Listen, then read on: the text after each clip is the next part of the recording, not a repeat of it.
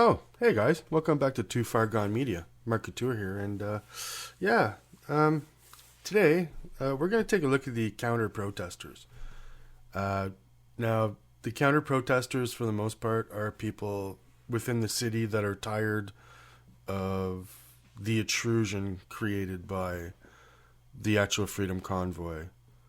And so, you know, we have to look at that as well, because I mean, to the people of the city itself, it is intrusive, especially when they show up after the mandates were lifted for the stores to reopen. Now, there's a lot of things we got to remember too. It's not these 14 days that have created all these bankruptcies from all the mom and pop shops. They've been gone for a long time now. Now it's just the big companies with the billions and millions, and you know what I mean? They're the ones left. All the mom and pops are gone, and they've been gone, you know, since year one of this pandemic. So let's, but you know, we still have to listen to the people of the city as well, because we are in their backyard, but they have to remember they chose to live in the nation's capital where the parliament is, and that's where protests go. So, you know, we got to remember that too. But let's look at this, because you know, they are our fellow Canadians as well. What appears to be movement. Ottawa's Mayor Jim Watson says he has spoken with representatives of the convoy, and they've agreed to relocate trucks out of residential neighbourhoods. As CTV's Creason Ashkate reports, it's happening as counter-protests gain momentum. As thousands of people descended on Ottawa for the third weekend in a row, protesters remain defiant. We're not doing anything wrong here. It's all peaceful, happiness, and loving. That's all it is. The city's mayor says police resources are not getting here fast enough. The city has felt abandoned by the two orders of government that should be here helping us with reinforced officers. This afternoon, words of a deal with the so-called Freedom Convoy to clear trucks out of residential neighborhoods starting tomorrow. In a letter to organizers, the mayor said, "Our residents are exhausted and on edge, and our small businesses impacted by your blockades are teetering on the brink of permanent closure." Convoy leader Tamara Leach replied, "Many citizens and businesses in Ottawa have been cheering us on, but we are also disturbing others. That was never our intent."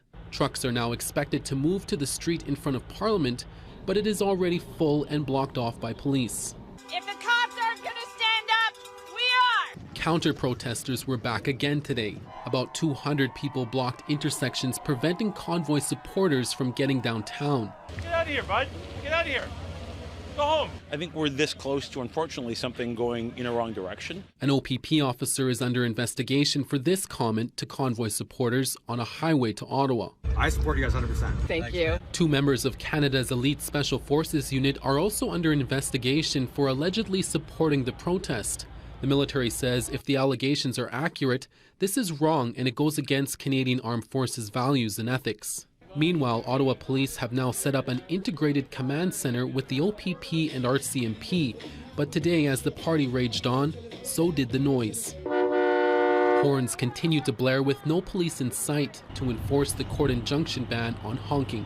The federal government has not ruled out invoking emergency powers to end the protests. We are prepared to use every tool available to us, including emergency powers, and to make sure that we bring every resource of the federal government to bear. This is a critical situation for the country. Arrests and threats and states of emergency is not going to stop Canadians' fight for freedom. As for that deal, Mayor Watson says he will only meet with convoy leaders if those trucks leave by noon tomorrow. Sandy. Thank you, Creason in Ottawa.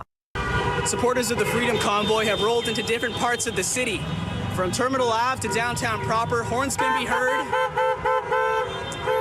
flags can be seen, many calling for the end of pandemic restrictions and vaccine mandates. But not everyone is welcoming the convoy into the city. I think we're just here to let people know that they're not welcome with their anti-vax and so-called Freedom Convoy. We're 95% vaccinated here in Vancouver, and we're letting them know that we support our healthcare workers and we support our government officials who are just trying to do their best. The protesters made stops in different neighborhoods in Vancouver, like Mount Pleasant and near Kitsilano, at times coming up against counter-protesters. Get out of the way! They started crossing the Burrard Street Bridge and made their way to St. Paul's Hospital, where counter-protesters had some slightly combative conversations with them. The two sides stood very literally across the street from each other at the hospital. The counter-protesters held up signs mocking the protesters. Others had more complicated opinions. I'm here down here for my own political reasons. I agree and I don't agree with this convoy, but I'm here for my own reasons. I support the Canadian government. I support First Nations. I just support us moving forward. And I'm all asking for these people to show some respect today while they're in our city. In Vancouver, Keir Junos, Sitting News.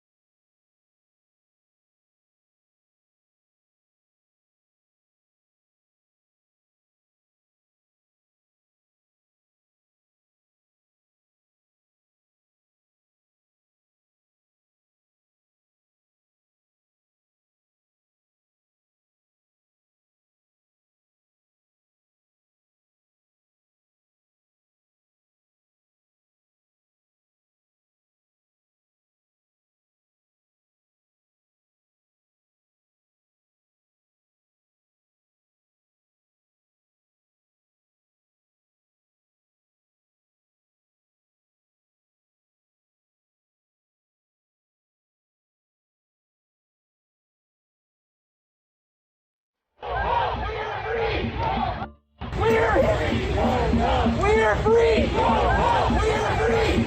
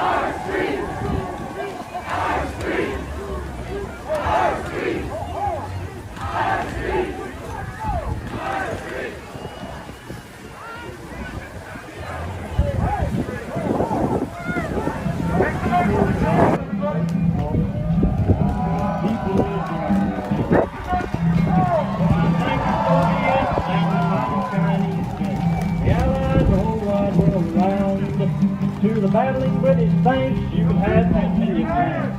Take them to paradise, down, down, down. If it takes them to paradise, down.